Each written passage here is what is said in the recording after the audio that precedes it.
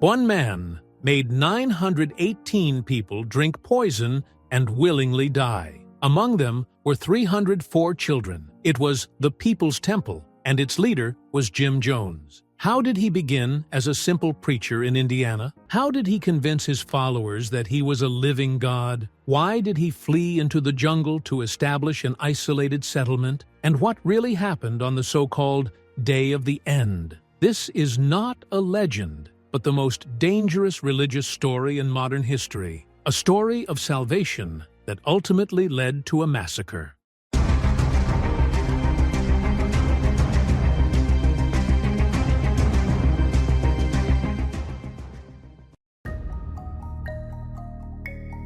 James Warren Jones was born on May 13, 1931, in the small town of Crete, Indiana, in the United States. A poor household, a war-wounded father who did not work, and a mother who labored in factories and private homes just to keep food on the table. The child who emerged from this deprivation was not ordinary, and he had no desire to be like the others. He did not chase after a ball, but after sermons. He was a child fascinated by talking about hell, judgment, and the end of the world. Many found his behavior disturbing. A boy who would imitate preachers in front of a mirror, screaming at his classmates, "Repent to God, or you will burn." Yet he was not religious in the traditional sense. He was obsessed with the power carried by a man of religion, not with faith itself. Jim grew up, and with him grew his desire for control. During his teenage years, he began reading about communism, liberation movements, socialism, and about the Black Church, which refused to submit to white dominance in America. In the early 1950s, he started attending Pentecostal and Baptist churches, but his spirit never truly settled in any of them. He believed doctrine was something that should be reshaped from within, not simply inherited. He rejected rigid rituals, mocked traditional sermons, and viewed the Bible as a book filled with contradictions. In 1954, he founded a group he called the Community Unity Church in Indiana, which soon came to be known as the People's Temple. The doctrine of the People's Temple was not a continuation of any known church, nor was it grounded in Orthodox theology or Protestant ritual. In its early days, the message was not purely religious. It was an unprecedented mixture of Christianity and communism, of the Bible and Marx, of faith and blind obedience. Jim Jones believed that true religion should reshape society, not merely comfort the poor while they wait for heaven. So he began attracting poor Black communities, the unemployed, the marginalized, and members of the working class who found nothing in traditional churches but neglect. At the beginning of his journey, he used the Bible as bait, but it did not take long before he began attacking it openly, even warning his followers against it. In one of his speeches, he declared, "The Bible, the greatest tool of enslavement mankind has ever known, written by kings to serve murderers, and in the name of God." He rejected the idea of a distant, heavenly deity and proposed an alternative.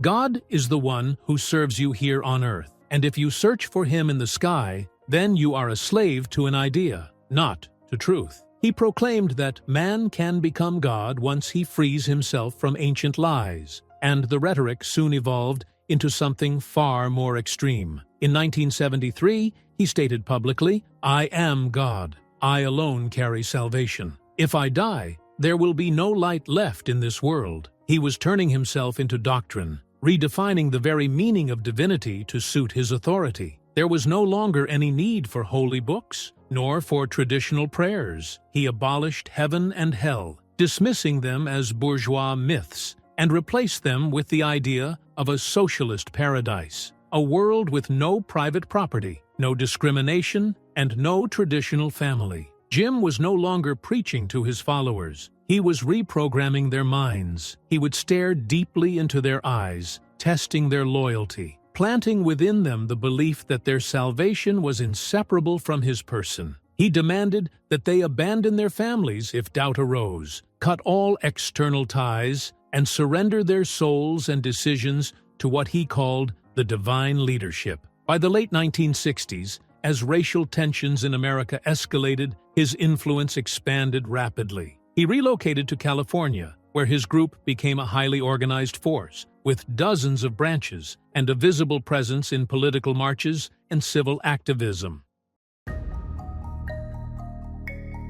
In every religious movement, there comes a moment when a group transforms from an idea into authority. Within the People's Temple, this was not a fleeting moment. It was a deliberate one, carefully engineered under the watchful eye of Jim Jones. Followers were not merely expected to believe in a concept, but to surrender their entire lives. No individual decisions, no privacy, no family more important than the collective, and no voice louder than the voice of the teacher. The People's Temple began constructing a rigid internal structure, surveillance committees, confession sessions, reports submitted to leadership, and public punishment rituals for anyone who dared to think beyond the boundaries of the group. Every member was required to surrender their possessions in the name of the movement. Salaries, homes, bank accounts, property. Everything was placed under central control, in the name of collective grace. Children were raised together in separate units. Marriage required leadership approval. Mail was monitored.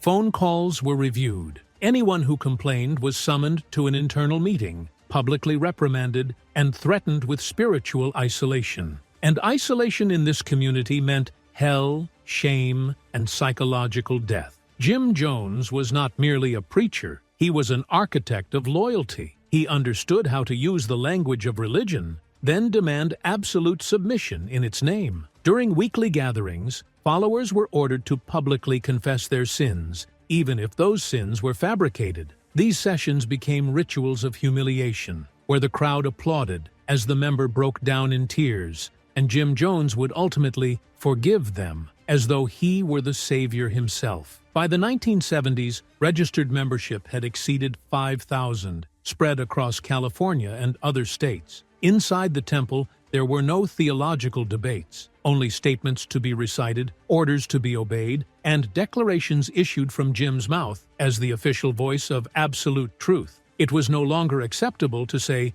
"I think," or "I believe." There was only, "I believe what Father Jones has said." In the world of closed cults, a miracle is not always proof of faith. Sometimes it is a tool of control. Jim Jones understood this principle early on. He did not wait for a divine sign to descend from heaven. He decided to manufacture it himself. Beginning in the early 1970s, mass healing sessions became a central ritual within the People's Temple. Jim would step onto the stage, speak calmly, then suddenly shout, "Someone among us is suffering from cancer. They will be healed now, by grace." A woman would stand, crying. She would claim she had been ill for years. No one knew of her condition, but the Lord revealed it to the leader. Jim would approach, place his hand on her forehead. She would scream, collapse, then rise and proclaim, "I'm healed, I'm cured." At first glance, these moments were astonishing, but behind the scenes, it was a carefully orchestrated deception. The supposed patients were often members of the cult itself, trained to act, pressured into compliance,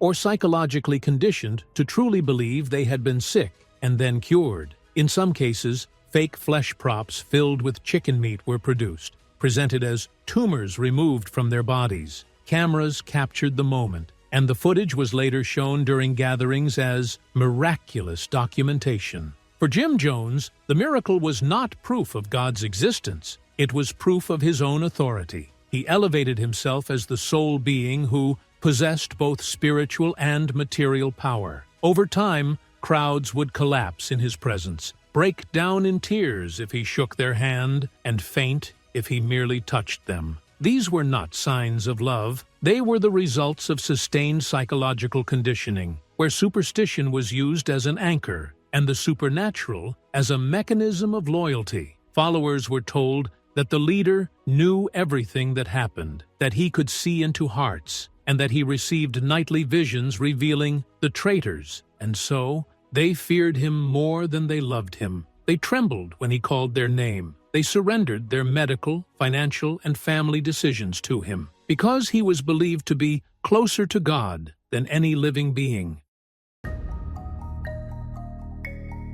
As the power of the People's Temple grew, the United States began to notice, to observe, to question. Media reports started speaking of exploitation, of forced confessions, of members who had vanished. Inside the movement, anxiety was rising. Outside, Jim Jones was planning his greatest move yet, to leave the country and build a state inside the jungle. In 1976, he told his followers, "America is rejecting us, and we do not belong to it. We will not wait for hell. We will build heaven with our own hands, far away from them." He chose a distant place, a remote tropical jungle in northern Guyana, hundreds of kilometers from the capital, Georgetown. No electricity, no roads, no communications. He named it Jonestown, the new promised land. Followers were transported in waves. Women, men, children. Those who refused were labeled traitors. Those who agreed left their entire lives behind. By mid-1977, more than 900 people had moved into the jungle, some willingly, many under threat, pressure, or desperation.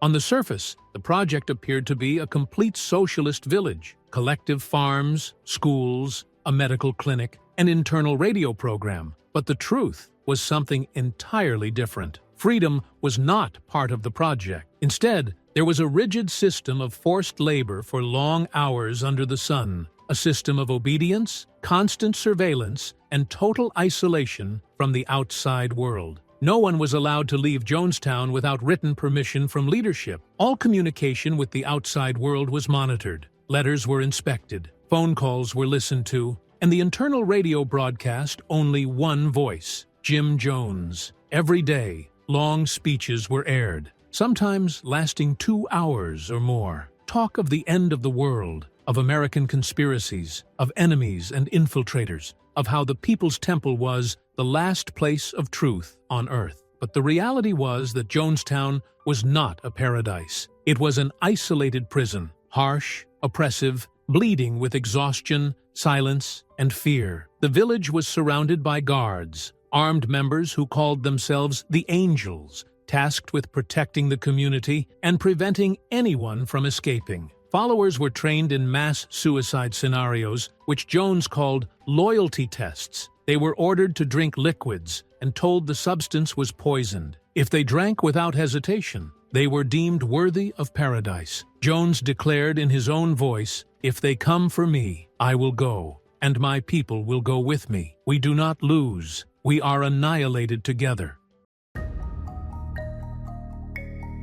In the fall of 1978, the name Jonestown began to surface in news headlines across California. Testimonies from escapees, letters from concerned relatives, and vague reports spoke of an isolated religious camp, led by a man who claimed prophetic authority and allegedly held people against their will. This was no longer just talk of a strange cult, it was a serious threat. In November, U.S. Congressman Leo Ryan, representative of California, decided to travel personally to Guyana to investigate the conditions of American citizens living there. He was accompanied by a delegation of journalists, relatives of defectors from the temple, and representatives of human rights organizations. Ryan arrived in the capital, Georgetown, then boarded a small plane that carried the group deep into the jungle. They were received in Jonestown with a carefully staged welcome, smiles, children singing, men and women speaking enthusiastically about the blessing of life in the socialist paradise. Everything appeared perfect, but beneath the surface, unease was spreading. The visit was not welcome, and Jim Jones knew that control was slipping from his hands. One evening, a member quietly approached Congressman Ryan and slipped him a small piece of paper. It read, "Please, get us out of here." Ryan realized that the story was far more complex than it appeared. The following day, several members began openly requesting to leave. Some cried as they begged. Others were too afraid to speak. An agreement was reached with Jones to transport those who wished to depart. The delegation headed toward a primitive airstrip nearby, amid rapidly rising tension. What they did not know was that Jim had already given his orders. As the group prepared to leave, a small truck carrying armed members of the People's Temple sped toward the runway. The moment they arrived, they opened fire. 5 people were killed on the spot, including Congressman Leo Ryan, 3 journalists, and 1 defector. It was the first direct assassination of a sitting U.S. congressman in the line of duty. At that moment, Jim Jones understood that the end had begun. he returned to Jonestown, gathered his followers, and issued the final command. On November 18, 1978, less than an hour after the attack on the airstrip, Jim Jones made his final decision. He no longer trusted anyone. He saw no escape. So he announced the last prophecy. The time has come. Let us transition together. Nearly 900 people were gathered beneath the large pavilion at the center of Jonestown. The space was crowded. The air was heavy. Men, women, children, all staring at the man whose voice they had long believed to be their salvation. He stood before them, exhausted, and said, "There is no such thing as failure. Revolutionary suicide is not weakness. It is strength. We are not dying. We are leaving this unjust world." Large containers were then brought forward, filled with a drink mixed with cyanide, along with sedatives and grape-flavored additives. They called it the last wine. The poison was administered to the children first, then to the women, then to the men. All of it under the watch of armed members known as the Angels, tasked with preventing any hesitation, resistance, or escape. Some mothers cried. Some begged for another chance, but the majority remained silent, numbed by belief, exhausted by repetition, bound to a concept of collective salvation that had stolen their will. In the end, approximately 918 people died in less than 1 hour. 304 of them were children. And Jim Jones himself? He was later found dead with a single gunshot wound to the head, believed to have been fired either by his own hand or on his command.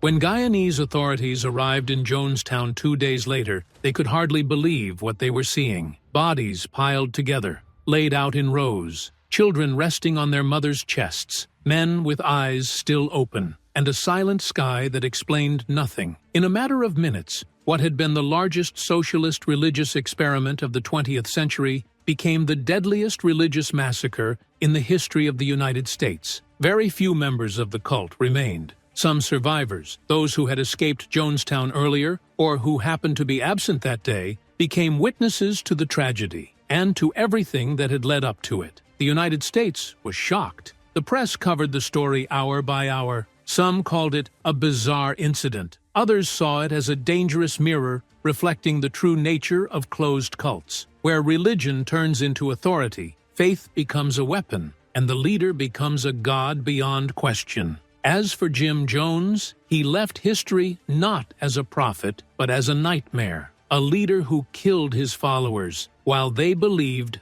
they were being saved.